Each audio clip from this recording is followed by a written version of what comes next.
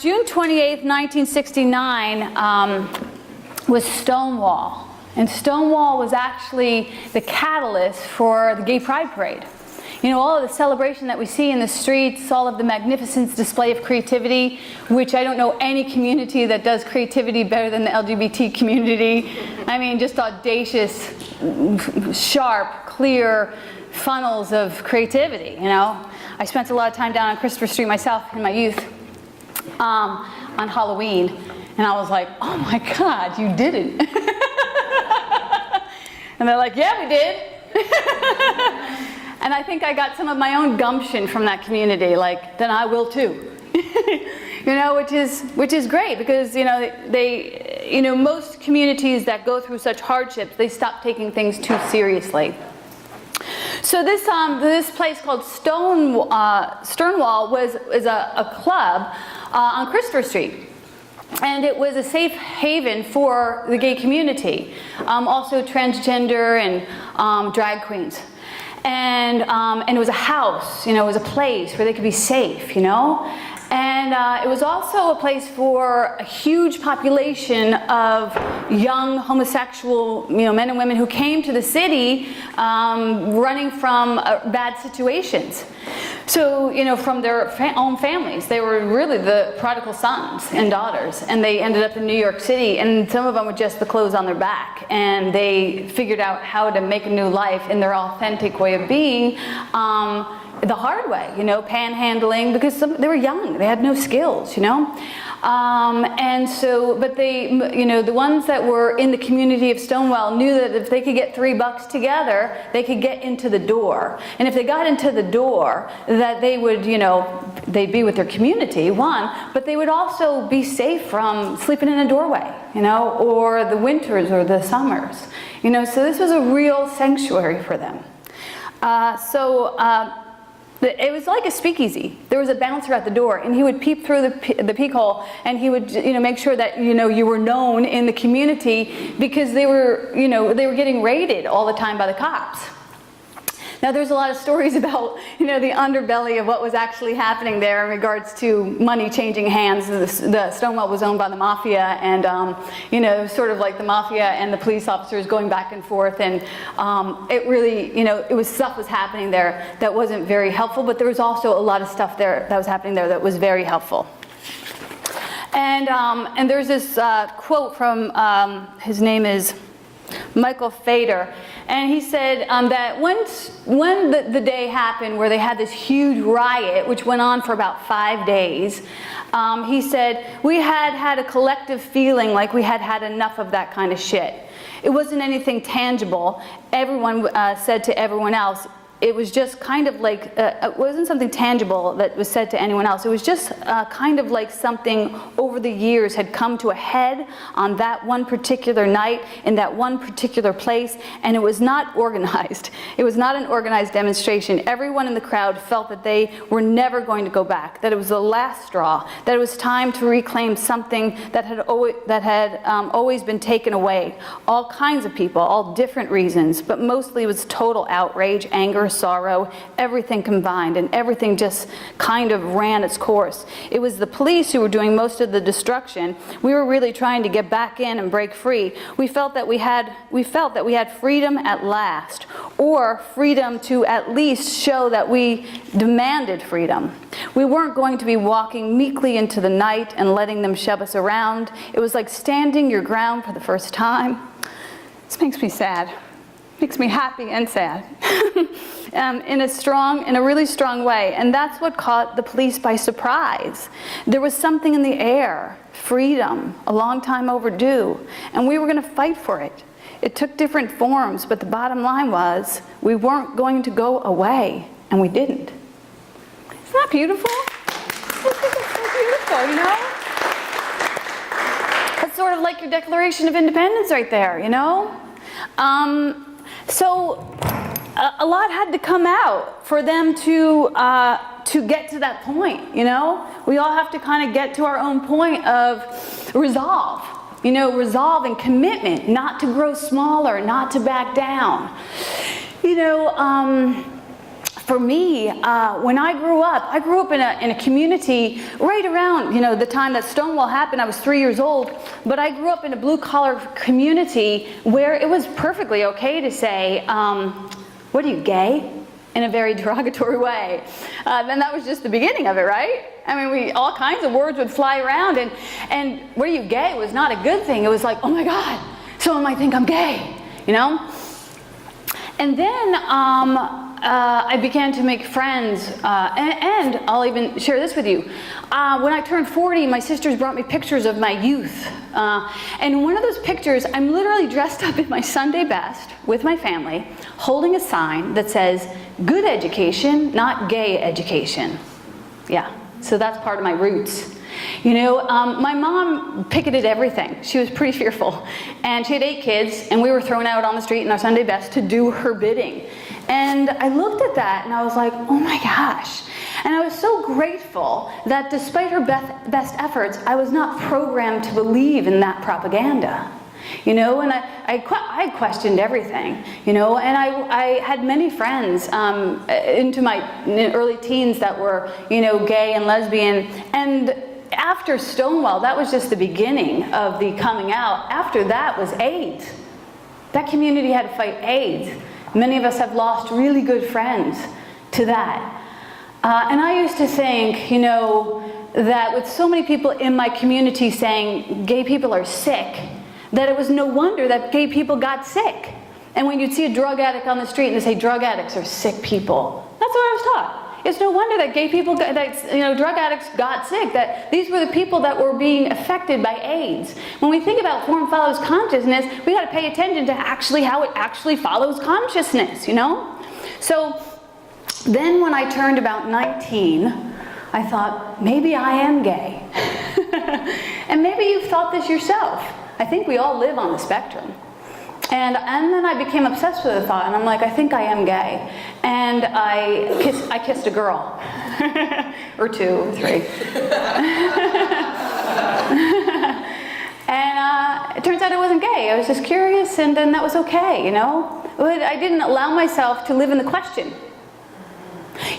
Some people say, is that appropriate to talk to at church about sexuality? If not here, where? You know what I mean? We did a visioning this week, and we talked about where we wanted to move, and we talked about what we needed to let go in order to move forward, because we are going to be moving. And we got in our vision, a collective vision, that it was like more of a warehouse, more of like a brick and wood floors, and not as churchy. And we'd have to kind of let go of the symbols of the church to really be who we're here to be. For me, that has always been a community where we can take a class and teach a class, where we can join in the deeper conversations, where we can get well-fed, where our children can be well-fed, and more of a spiritual community than an actual identity with the church. So, that's where we're headed, and I hope you're coming with us. Because we will not hide. We will not go back like those people of Stonewall. So, Speakeasy, so the Pride is a celebration to remind us that we're all connected, that we're all connected, and that we have the right to each be authentically who we're here to be, without conditions, without apologies. I mean, we're so much better together. Then when I ended up having children, Rose came to me one day. She had this thing on her bedroom door. It would look like a flag made out of the colors of Necos. They were like pink and blue, and I was like, what is that thing? And it said, a pansexual lives here. And I said to her, first I Googled what's a pansexual. And I came in and I was like, what does your sign mean on your bedroom door? And she said, I'm pansexual. And I said, well, what does that mean to you? And she said, it means I love everyone and everyone loves me. I'm like pizza. And I was like, oh my God, that's so beautiful. It wasn't necessarily easy for me to navigate that classroom, because it wasn't that I was fearful of her being anything that she was. I was just mourning my daughter.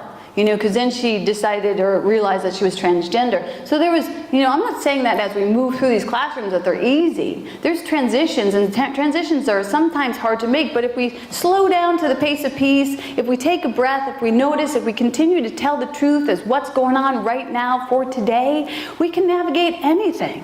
So I'm not worried about us navigating to this new home. I know we're going to slow down to the pace of peace. I know we're going to figure out what we want to bring with us. I know we're going to let go of what no longer serves us. I know we're going to be guided by God. I know God's going to roll out the red carpet for us, as God always has.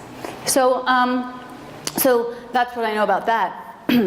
But in the overall idea of pride and the overall idea of who you're here to be, A Course in Miracles says to us that you are the light of the world.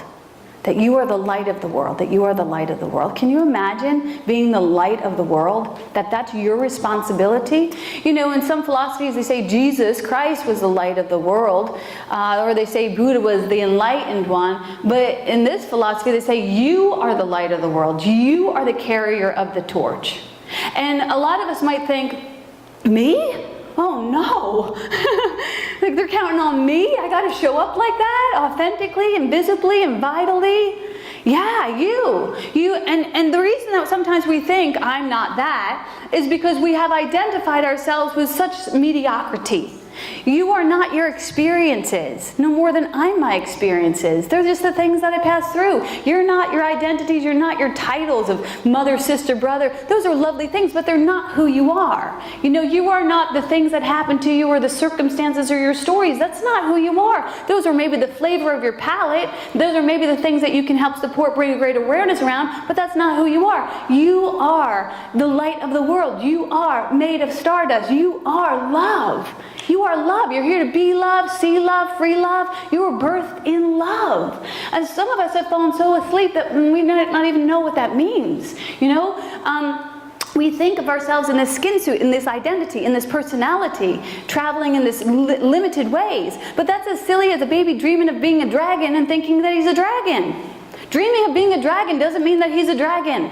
You dreaming that you're separate does not affect you being separate. You being the light of the world does not require your agreement with it. It's the truth of who you are and who you've always been and who you will always be. So if you don't need to agree with it, you only need to awaken to it. It's there. It's who you are. It's what's happening. And that's the good news, man.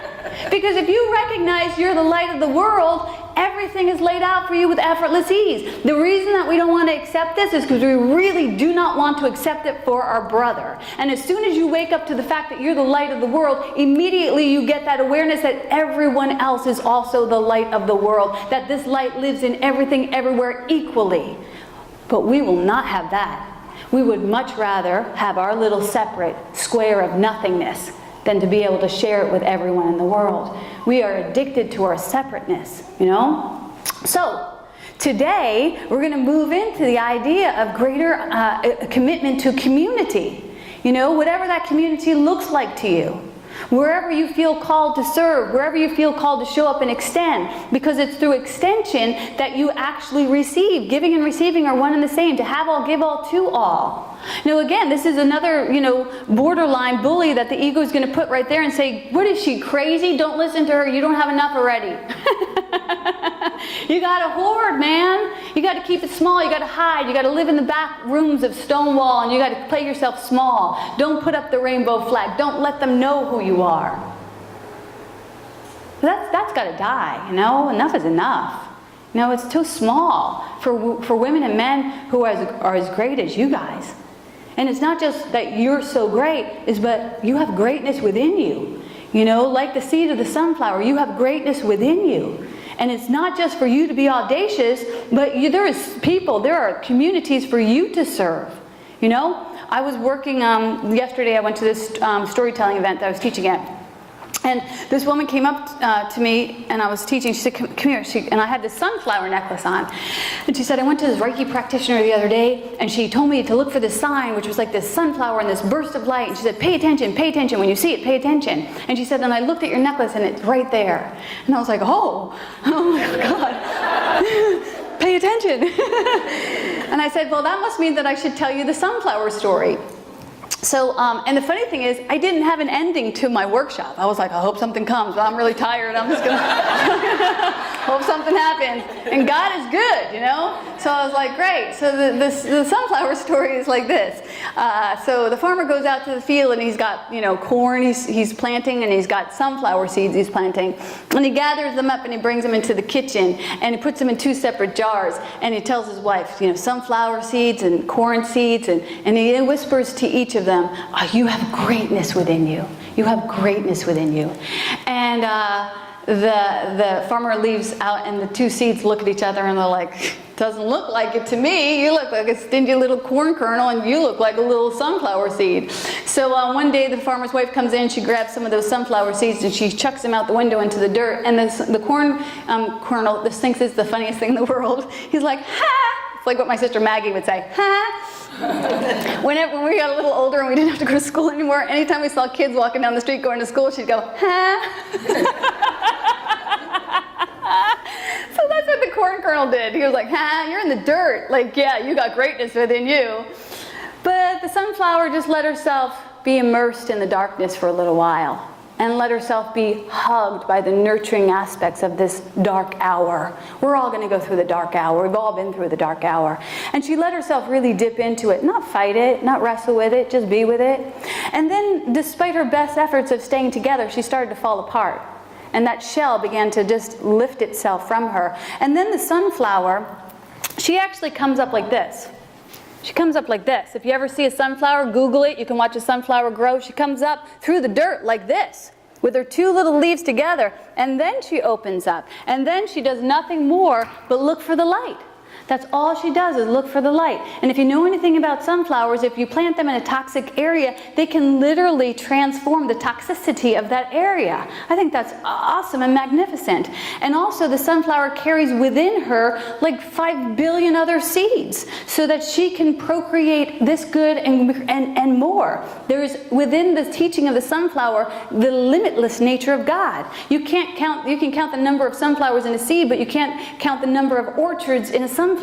You know, there's a billion of them, a never-ending aspect, and that's a symbol of God's love. So anyway, the corn kernel was like, ha.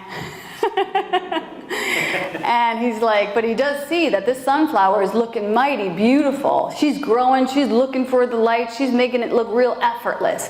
And the corn kernel, he says, I want some of that. I got greatness within me too. I want some of that, you know, and I want it now. You know, I want it now. And he moves into the feeling of want, so he's struggling, as opposed to the sunflower who just surrenders.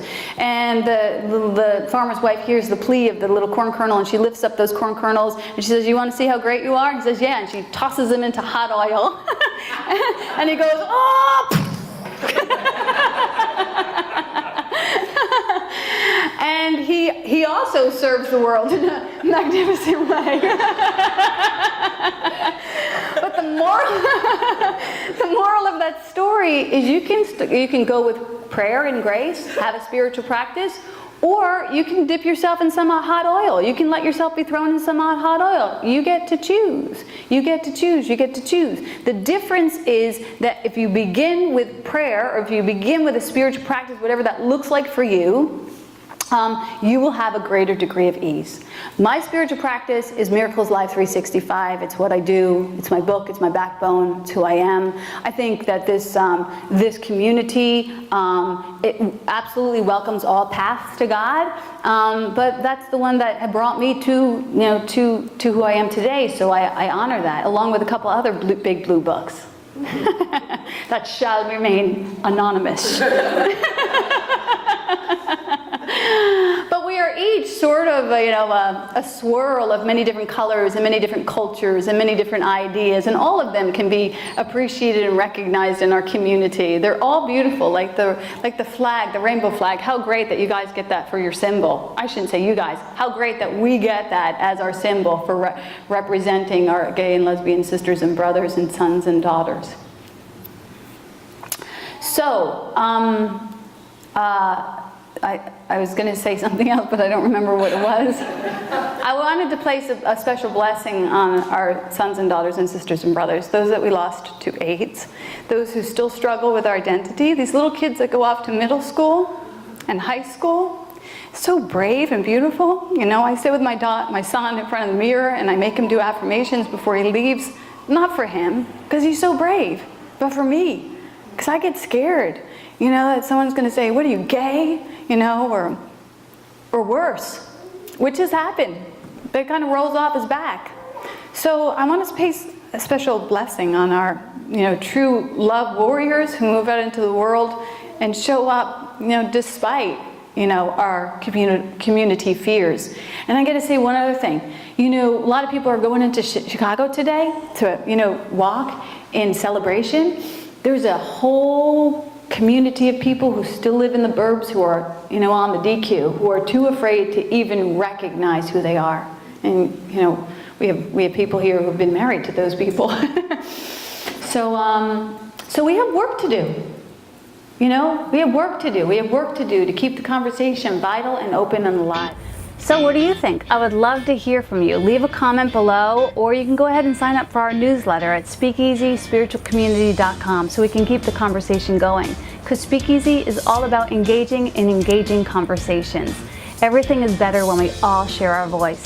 I'm Maureen Muldoon, your spiritual vixen, reminding you to love more and fear less, and don't forget to laugh. What do you say?